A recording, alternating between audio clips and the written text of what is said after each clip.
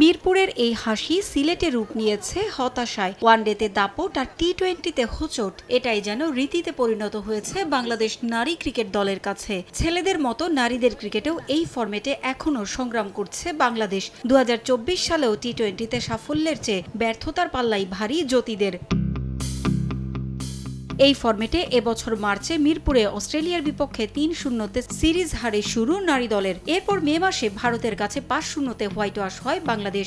জুলাইয়ে এশিয়া কাপে থাইল্যান্ড ও মালয়েশিয়াকে হারিয়ে সেমিফাইনালে উঠলেও ভারতের কাছে হারে টাইগ্রেস। সংযুক্ত আরব আমিরাতে টি-20 বিশ্বকাপে স্কটল্যান্ড ছাড়া জয় আসেনি কোনো ম্যাচে। আর আয়ারল্যান্ডের কাছে হোয়াইট ওয়াশ হয়ে বছর শেষ করল জ্যোতিরা। ১৯ ম্যাচে জয় পেয়েছে মাত্র ৩টিতে, হার ১৬ ম্যাচে।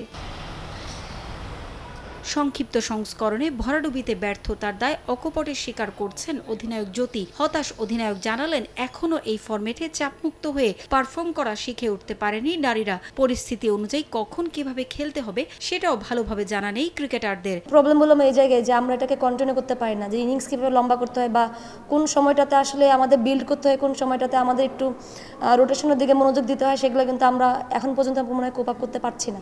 এটা একটা বড় একটা বলবো যে মিস্টেকস আমার, যেটা রেকটিফাই করা উচিত। টিমের যে এই সব সিচুয়েশনের প্রেশারগুলো, এগুলো হ্যান্ডেল না করার একটা কারণ। মিস্টেক্সগুলোকে আসলে পজিটিভ ওয়েতে নিয়ে সেগুলোকে নিয়ে কীভাবে আমাদেরকে ভালো করা যায়, সেসব জায়গাতে ইমপ্রুভ করা যায় সেটা নিয়ে থিঙ্ক করা উচিত।